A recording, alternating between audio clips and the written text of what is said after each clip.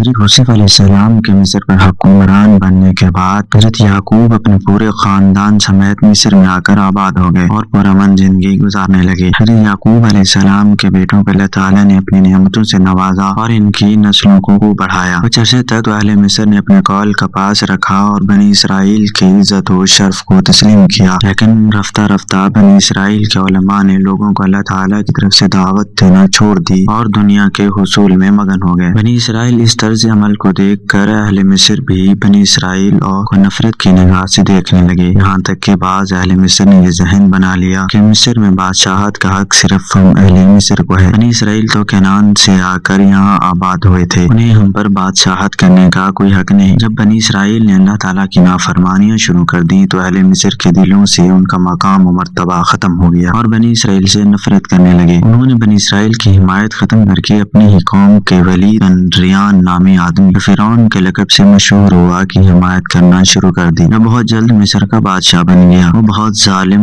بڑا متکبر، جابر اور اپنی خودبی قوم کو بادشاہوں کی قسم اور بنی اسرائیل کو غلام سمجھتا تھا۔ وہ اپنی حکومت اور بادشاہت کی غرور میں اتنا نکل گیا کہ اس نے اپنے رب اور معبود ہونے کا دعویٰ کر دیا اور اسرائیل کو اپنا غلام بنا لیا۔ حضرت موسیٰ علیہ السلام کی ولادت سے پہلے فرعون نے خواب دیکھا کہ بیت المقدس کی طرف سے ایک آگ آئی اور مصر کے تمام قطبیوں کو جلا کر راکھ کر گئی، لیکن بنی اسرائیل کو کوئی نقصان نہیں پہنچا۔ بیدار ہونے کے بعد وہ بڑا خطرناک خوف زدہ ہوا کہ اس کی تعبیر کیا ہو سکتی ہے۔ اس نے اپنے کاہنوں، عالموں اور جادوگروں کو جمع کیا اور اس کی تعبیر پوچھی۔ انہوں نے کہا کہ اس خواب کی تعبیر یہ ہے کہ بنی اسرائیل میں ایک ایسا لڑکا پیدا ہوگا کہ اس کے ہاتھوں اہل مصر قطبی تباہ ہو جائیں گے۔ چنانچہ فرعون نے اسی وقت بنی اسرائیل کے لڑکوں کو قتل کرنے اور لڑکیوں کو زندہ چھوڑنے کا حکم جاری کر دیا، لیکن تقدیر کے آگے تدبیر نہیں چلتی۔ حضرت موسیٰ اپنی انتہائی کشیدہ حالات میں ولادت۔ فرعون اپنے خواب کی وجہ سے بہت زیادہ خوفزدہ تھا۔ اسے اپنی حکومت کے زوال کا خطرہ، اس لیے اس نے ہر ممکن کوشش کی کہ بنی اسرائیل میں کوئی ایسا بچہ پیدا ہی نہ ہو جو میری حکومت کے زوال کا سبب بنے۔ اس نے کچھ مردوں اور عورتوں کی یہ ذمہ داریاں لگا دیں کہ بنی اسرائیل کی عورتوں میں سے جو بھی امید سے ہو اس کے پاس جائیں اور پیدا ہونے والے بچے کے بارے میں معلومات رکھیں۔ اگر لڑکا پیدا ہو تو اسے قتل کر دیں اور لڑکی ہو تو اسے باقی رہنے دیں۔ ادھر فرعون کی یہ چالیں تھیں، ادھر تقدیر الہی اس پر ہنس رہی تھی اور کہہ رہی تھی کہ ظالم بادشاہ، تجھے اپنی افواج کی کثرت سے اپنے اقتدار کی طاقت اور وسیع سلطنت پر غرور ہے، لیکن اس خالق عظیم کی طرف سے تو غافل ہے کہ جس تقدیر کا کوئی توڑ نہیں، جس کے فیصلے کو رد کرنے کی کسی میں مجال نہیں۔ وہ ذات یہ فیصلہ کر چکی ہے کہ جس بچے سے تو خوف زدہ ہے، جس کے لیے تو نے بے شمار معصوم بچوں کو قتل کرنے کا حکم دیا ہے، وہ تیرے ہی گھر میں پرورش پائے گا اور تیری دنیا اور آخرت کی تباہی اسی کے ہاتھوں ہوگی۔ جب حضرت موسیٰ علیہ السلام کی ولادت ہوئی تو اللہ تعالیٰ نے حضرت موسیٰ علیہ السلام کی حفاظت کے لیے ان کے والدہ کے دل میں یہ بات ڈال دی کہ اپنے بچے کے لیے ایک صندوق بنا لو۔ جب تمہیں یہ خطرہ ہو کہ فرعون کے کارندے آ کر اس بچے کو قتل کر دیں گے تو اس صندوق میں ڈال کر دریائے نیل میں بہا دینا۔ ہمارا آپ سے وعدہ ہے کہ ہم اس بچے کو واپس آپ کے پاس لوٹا دیں گے اور اسے اپنا رسول منتخب فرمائیں گے۔ چنانچہ آپ کی والدہ نے اس طرح کیا۔ حضرت موسیٰ کی والدہ نے اللہ عز و جل کے حکم کی تعمیل کرتے ہوئے اپنے بچوں کو ایک مضبوط صندوق میں ڈال کر دریا میں بہا دیا۔ جب وہ صندوق فرعون کے محل سے قریب سے گزرا تو شاہی خادموں نے صندوق کو دریا سے نکال کر شاہی محل میں فرعون کی بیوی آسیہ کے سامنے پیش کر دیا۔ فرعون کی بیوی آسیہ نے جب صندوق کھولا تو کپڑے میں لپٹے ہوئے حضرت موسیٰ کا معصوم چہرہ نظر آیا اور اس کے دل میں آپ کی شدید محبت پیدا ہو گئی۔ اس نے فرعون سے کہا، یہ تو بہت ہی پیارا بچہ ہے، یہ تو میری اور آپ کی آنکھوں کی ٹھنڈک ہے، اس لیے اسے دوسروں کی طرح قتل نہ کیا جائے۔ بہت ہی ممکن ہے کہ یہ بچہ ہمیں کوئی فائدہ پہنچائے یا ہم اسے اپنا بیٹا بنا لیں۔ فرعون نے جب اس معصوم اور خوبصورت بچے کو دیکھا تو فوراً چونک پڑا کہ کہیں یہ وہی اسرائیلی بچہ تو نہ جو میری حکومت کے زوال کا سبب بنے گا۔ یہ سوچ کر اس نے بچے کو قتل کرنے کا ارادہ کیا، لیکن اس کی بیوی رکاوٹ بن گئی، کیونکہ اللہ تعالیٰ کا فیصلہ ہر چیز پر غالب رہتا ہے۔ اس طرح اللہ تعالیٰ نے ایک دشمن کے گھر میں اس بچے کو اس طرح محفوظ کیا کہ اسے ذرا برابر بھی نقصان نہ پہنچا سکے۔ حضرت موسیٰ علیہ السلام فرعون کے ہاں شاہی محل میں پرورش پاتے ہوئے جوانی عمر کو پہنچ گئے۔ اس دوران آپ اپنے والدین اور عزیز و اقارب سے، اپنے آباء و اجداد سے حضرت ابراہیم، اسحاق، یعقوب اور یوسف کی تعریف سن کر ان سے بہت زیادہ متاثر ہوتے تھے۔ اللہ تعالیٰ نے آپ کو حکمت و دانائی عطا فرمائی اور نعمتوں سے نوازا۔ آپ کو جوانی کی عمر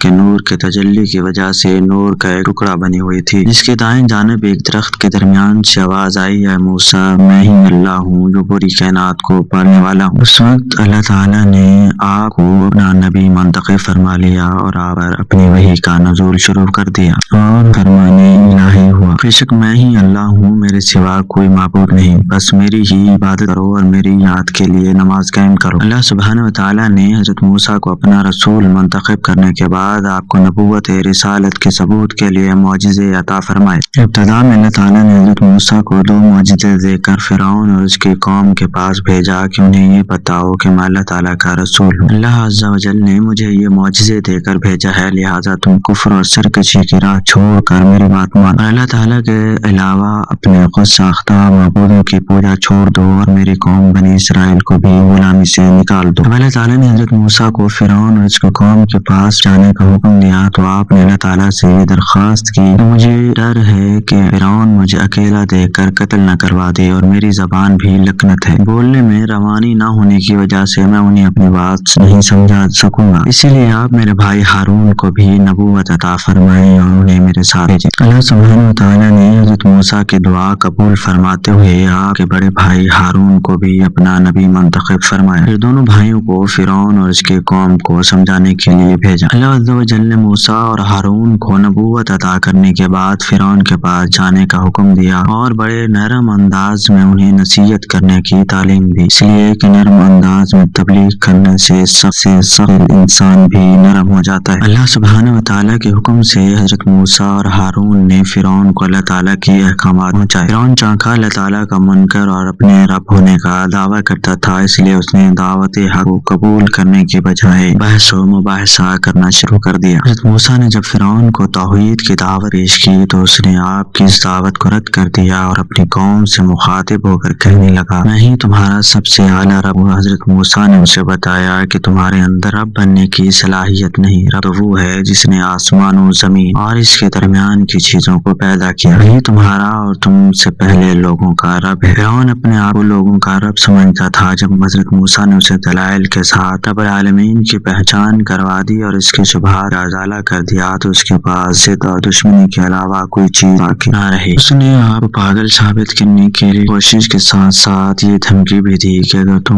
نے میرے علاوہ کسی اور کو معبود بنایا تو میں تمہیں قید کر دوں گا، لیکن حضرت موسیٰ اللہ تعالیٰ کے فضل و کرم سے ثابت قدم رہے اور اس کی دھمکیوں کی کوئی پرواہ نہیں کی۔ فرعون جب حضرت موسیٰ کی معقول اور متعدل گفتگو سے لاجواب ہو گیا اور اسے یقین ہو گیا کہ حضرت موسیٰ اپنی دعوت توحید پھیلانے کے پختہ عزم رکھتے ہیں تو اس نے حضرت موسیٰ سے معجزہ پیش کرنے کا مطالبہ کیا۔ آپ چونکہ پہلے ہی اللہ تعالیٰ کی طرف سے معجزات لے کر آئے تھے، لہٰذا اللہ عز و جل کے عطا کردہ 2 معجزے اس کے سامنے پیش کیے۔ حضرت موسیٰ نے جب اللہ تعالیٰ کے عطا کردہ معجزات کو فرعون کے سامنے پیش کیا تو فرعون معجزات دیکھ کر سمجھ گیا کہ واقعی موسیٰ اپنی نبوت کی سچائی پر بہت بڑی دلیل لے کر آئے ہیں، لیکن پھر بھی اس نے حضرت موسیٰ پر ایمان لانے کی بجائے اپنے درباریوں کو دھوکہ دینے کے لیے کہا کہ یہ تو بڑا ماہر جادوگر ہے، یہ چاہتا ہے کہ اپنے جادو کے زور سے تمہاری سرزمین سے نکال کر خود قابض ہو جائے، تم ہی بتاؤ اس کے بارے میں کیا کیا جائے۔ فرعون کے قوم کے سرداروں نے کہا، اس کا حل یہ ہے کہ تمام شہروں سے ماہر جادوگروں کو بلا کر ان سے مقابلہ کروا کر انہیں شکست دی جائے، یہ دیکھ کر لوگ دین کی بات کو نظر انداز کر کے ہمارے حمایتی بن جائیں گے۔ فرعون نے ان کے مشورے کے مطابق اپنے کارندوں کو ہر شہر سے ماہر جادوگر لانے کے لیے بھیج دیا۔ فرعون نے اپنی قوم کے سرداروں کی بات مانتے ہوئے تمام شہروں میں جادوگروں کو جمع کرنے کے لیے قاصد روانہ کیے اور اپنے ملک کے عہدیداروں سمیت عام لوگوں کو بھی یہ منظر دیکھنے کی دعوت دی۔ حضرت موسیٰ علیہ السلام خود بھی یہی چاہتے تھے کہ سب لوگوں کے سامنے اللہ تعالیٰ کی آیات، معجزات اور دلائل ظاہر کرنے کا موقع ملے، لہٰذا آپ کو موقع مل گیا اور آپ نے فرمایا جس دن تمہارا تہوار ہوتا ہے اس دن کے ابتدائی وقت میں سب کے سامنے جادوگروں سے مقابلہ ہوگا۔ فرعون نے جو جادوگر جمع کیے انہیں حضرت موسیٰ کے مقابلے میں کامیابی پر انعامات کا لالچ دیا، آخرکار فتح حق ہوئی۔ فرعون، اس کے مالک کے اہم عہدیدار اور عام لوگ جمع ہو گئے اور جادوگر بھی میدان میں آ گئے تو آپ نے جادوگروں کا مقابلہ کرنے سے پہلے انہیں واعظ و نصیحت فرمائی اور جادو کو اللہ تعالیٰ کی آیات اور دلائل کے مقابلے میں پیش کرنے سے منع کیا، لیکن وہ اپنی کامیابی کا گھمنڈ لیے ہوئے تھے، اسی لیے انہوں نے آپ کی واعظ و نصیحت پر کوئی توجہ آنا۔ جب جادوگر آپ سے مقابلے کے لیے آئے تو وہ صفی بنا کر کھڑے ہو گئے اور ان کے سامنے حضرت موسیٰ و ہارون بھی کھڑے ہو گئے۔ جادوگر نے کہا کہ پہلے آپ اپنا کام دکھائیں یا ہم؟ حضرت موسیٰ نے جواب دیا کہ پہلے تم دکھاؤ۔ انہوں نے اپنے جادو کا کرتب دکھانے سے پہلے موسیٰ سے کہا، فرعون سے کہا کہ فرعون کے جاہ و جلال کی قسم، یقیناً ہم ہی غالب رہیں گے۔ پھر انہوں نے اپنی رسیاں اور لاٹھیاں زمین پر پھینکتے وقت لوگوں کی نظریں بند کر دیں اور ان پر یہ حاویت طاری ہو گئی کہ وہ بہت بڑا جادو لے کر آئے ہیں۔ ان کی رسیاں اور لاٹھیاں لوگوں کو سانپ لگنے لگی۔ ابتدا میں حضرت موسیٰ بھی کچھ گھبرائے، لیکن اللہ رب العزت نے آپ کو کامیابی کی امید دلاتے ہوئے خوف نہ کھانے کی تلقین کی۔ جب جادوگروں نے اپنے جادو کا کرتب دکھانے کے لیے اپنی رسیاں اور لاٹھیاں زمین پر ڈالیں تو وہ لوگ بہت بڑے سانپوں کی صورت میں نظر آنے لگے۔ لوگ ان کے جادو سے بہت متاثر ہوئے۔ حضرت موسیٰ دل ہی دل میں خوف کھانے لگے کہ کہیں لوگ ان کے کرتب سے متاثر نہ ہو جائیں۔ اللہ رب العزت نے فوراً آپ پر وحی نازل فرمائی کہ اب آپ اپنی لاٹھی زمین پر ڈالیں۔ لہٰذا جب آپ نے اللہ تعالیٰ کے حکم کی تعمیل کرتے ہوئے اپنی لاٹھی زمین پر ڈالی تو وہ بہت بڑا اژدہا بن کر جادوگروں کی پھینکی ہوئی رسیوں اور لاٹھوں کی طرف آیا اور ایک ایک کر کے سب کو تیزی سے نکلنے لگا۔ لوگ یہ منظر دیکھ کر تعجب کرنے لگے اور جادوگر بھی صورتحال کو دیکھ کر حیران ہو گئے اور یہ سمجھ گئے کہ یہ جادو یا وہم و خیال نہیں بلکہ یہ اللہ سبحانہ و تعالیٰ کی طرف حق ہے، اللہ تعالیٰ کی قدرت کی صورت میں ظاہر ہوا ہے۔ حقیقت کو سمجھتے ہی تمام جادوگر اور فرعون کے بہت سارے لوگ بغیر کسی خوف کے اللہ تعالیٰ کے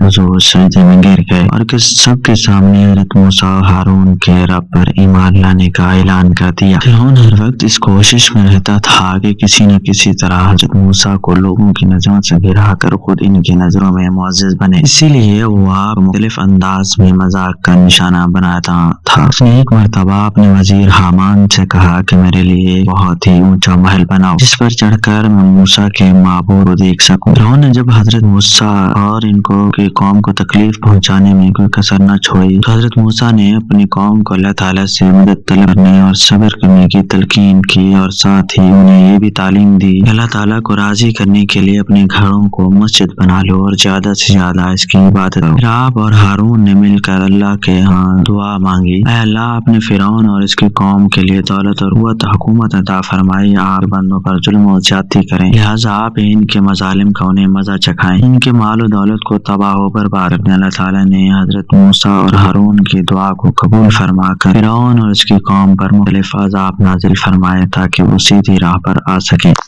اللہ تعالیٰ نے ان کی دعا قبول فرمائی تاکہ وہ غفلت سے بیدار ہو کر اپنی اصلاح کر سکیں، مگر پھر بھی بیدار نہ ہوئے اور اپنے ظلم و زیادتی میں مصروف رہے۔ اللہ رب العزت نے حضرت موسیٰ کو حکم دیا کہ آپ بنی اسرائیل کو لے کر مصر سے نکل جائیں اور اپنے باپ دادا کی سرزمین فلسطین یا کنعان چلے جائیں۔ وہاں جانے کے صرف دو ہی راستے، خشکی کا راستہ جو بالکل قریب ہے اور دوسرا بحر احمر کا راستہ جو کچھ دور ہے۔ اللہ تعالیٰ کی مصلحت کا تقاضا یہی تھا کہ بنی اسرائیل خشکی کا راستہ چھوڑ کر دریائی راستہ اختیار کریں۔ موسیٰ اور ہارون بنی اسرائیل کو ساتھ لے کر راتوں رات بحر احمر کے راستے سے اتنی جلدی روانہ ہوئے کہ بنی اسرائیل کی عورتوں نے قبطی عورتوں سے جو زیورات عاریتاً لیے تھے وہ بھی واپس نہ کر سکے۔ نصیب فرعون کو بنی اسرائیل کے مصر سے روانہ ہونے کی اطلاع ملی، اس نے فوراً اپنی فوج کے ساتھ لے کر ان کا تعاقب کیا اور صبح ہونے سے پہلے ہی ان کے قریب پہنچا۔ بنی اسرائیل نے جب مڑ کر دیکھا تو فرعون اپنی فوجوں کو لے کر آ رہا ہے تو گھبرا کر کہنے لگی، اب تو ہم گرفتار ہو جائیں گے کیونکہ آگے دریا اور پیچھے دشمن کی فوج۔ فرعون اپنے لشکروں سمیت جب حضرت موسیٰ کے قریب پہنچا اور بنی اسرائیل انہیں دیکھ کر پریشان ہو گئے تو اللہ تعالیٰ نے حضرت موسیٰ کو تسلی دیتے ہوئے فرمایا، تم خوف نہ کھاؤ، اللہ کا وعدہ یقیناً سچا ہے، وہ تمہیں ضرور نجات دے گا، بس اپنی لاٹھی کو پانی پر مارو، اس دریا میں راستے بن جائیں گے۔ جب آپ نے اپنی لاٹھی کو پانی پر مارا تو وہ پھٹ کر 12 راستے بن گئے اور ہر دو راستوں کے درمیان پہاڑوں کی طرح پانی کھڑا ہو گیا۔ اللہ تعالیٰ نے فرعون کو غرق کرنے سے پہلے یہ طے کر لیا تھا کہ اپنے آپ کو رب العالیٰ کہلواتا ہے، میں اسے ہلاک کرنے کے بعد اس مغرور و متکبر کی ناش کو قیامت تک آنے والی نسلوں کے لیے عبرتناک نشان بناؤں گا تاکہ اس کے انجام کو دیکھ کر آئندہ کوئی بھی اپنے معبود ہونے کا دعویٰ نہ کرے۔ جب اللہ تعالیٰ نے بنی اسرائیل کو بحفاظت دریا پار کروا دیا، فرعون اور اس کے قوم کو غرق کر کے ان کی جائیدادوں کو بنی اسرائیل کو وارث بنا دیا، وہ حضرت موسیٰ سے مطالبہ کرنے لگے کہ ہمارے لیے پانی کا انتظام کیجیے ورنہ ہم پیاس سے مر جائیں گے۔ حضرت موسیٰ نے اللہ کے حضور پانی کی درخواست کی تو اللہ تعالیٰ نے آپ کو حکم دیا کہ اپنی لاٹھی پتھر پر مارو۔ جیسے ہی آپ نے اپنی لاٹھی پتھر پر ماری تو اس سے 12 چشمے جاری ہو گئے۔ بنی اسرائیل کے 12 قبیلے تھے، اس لیے ہر ایک نے ایک چشمے سے پانی پینے کا انتظام کر لیا۔ انہوں نے تیسرا مطالبہ کیا کہ اب ہمیں کھانے کی بھی ضرورت ہے۔ حضرت موسیٰ نے اللہ سے دعا مانگی، اللہ رب العزت نے ان کے کھانے کے لیے من و سلوہ نازل فرما دیا۔ من ایک قسم کا میٹھا گوند اور شبنم کی مانند گاڑھی چٹنی جیسا شہد تھا، وہ زیادہ میٹھا اور دودھ سے زیادہ سفید تھا، یہ درختوں پر شبنم کی طرح بڑا ہوا تھا، ہر آدمی اپنی ضرورت کے مطابق اسے اٹھا لیتا۔ سلوہ بٹیر کے مشابہ سرخی مائل پرندے تھے جو درختوں پر آ کر جمع ہوتے تھے۔ بنی اسرائیل ضرورت کے مطابق انہیں پکڑ کر بھون کر کھا لیا کرتے تھے۔ بنی اسرائیل کو کھانے اور پینے کی اشیاء وافر مقدار میں ملنے لگی اور اس حوالے سے مطمئن ہو گئے تو انہوں نے حضرت موسیٰ سے مزید یہ مطالبہ کر دیا کہ یہاں گرمی بہت زیادہ ہے اور یہ سایہ دار درخت بھی موجود نہیں، کہیں ایسا نہ ہو کہ اس گرمی کی شدت سے ہماری موت واقع ہو جائے۔ حضرت موسیٰ نے اللہ تعالیٰ سے دعا مانگی تو اللہ تعالیٰ نے بادلوں کو ان پر سایہ کرنے کا حکم دیا اور بنی اسرائیل جہاں بھی جاتے بادل ان پر سایہ کیے رہتے تھے۔ حضرت موسیٰ کی وفات۔ حضور صلی اللہ علیہ وسلم کی حدیث ہے، جب حضرت موسیٰ کی موت کا وقت قریب آیا تو ملک الموت کا حضرت موسیٰ کی طرف آئے۔ حضرت موسیٰ نے انہیں تھپڑ مار دیا، وہ واپس اللہ کے پاس گئے اور عرض کی، اے اللہ، آپ نے مجھے اپنے ایک بندے کے پاس بھیجا جو مرنا نہیں چاہتا۔ آپ نے فرمایا دوبارہ ان کے پاس جاؤ اور ان سے کہو کسی بیل کی پشت پر ہاتھ رکھیں، اس ہاتھ کے نیچے جتنے بال آئیں گے اتنے سال مزید عمر مل جائے گی۔ لیکن الموت نے آپ کو اللہ تعالیٰ کا یہ پیغام پہنچایا تو آپ نے عرض کیا، اے میرے رب، اس کے بعد کیا ہوگا؟ اللہ تعالیٰ نے فرمایا پھر موت آ جائے گی۔ حضرت موسیٰ نے عرض کیا کہ اگر پھر بھی موت ہی آنی ہے تو پھر بھی ابھی موت کا حکم قبول ہے۔ پھر آپ نے اللہ تعالیٰ سے درخواست کی کہ مجھے ارض مقدس اتنا قریب کر دیجیے جتنا دور پتھر پھینکا جا سکتا ہے۔ اللہ تعالیٰ نے آپ کی یہ درخواست قبول فرمائی اور آپ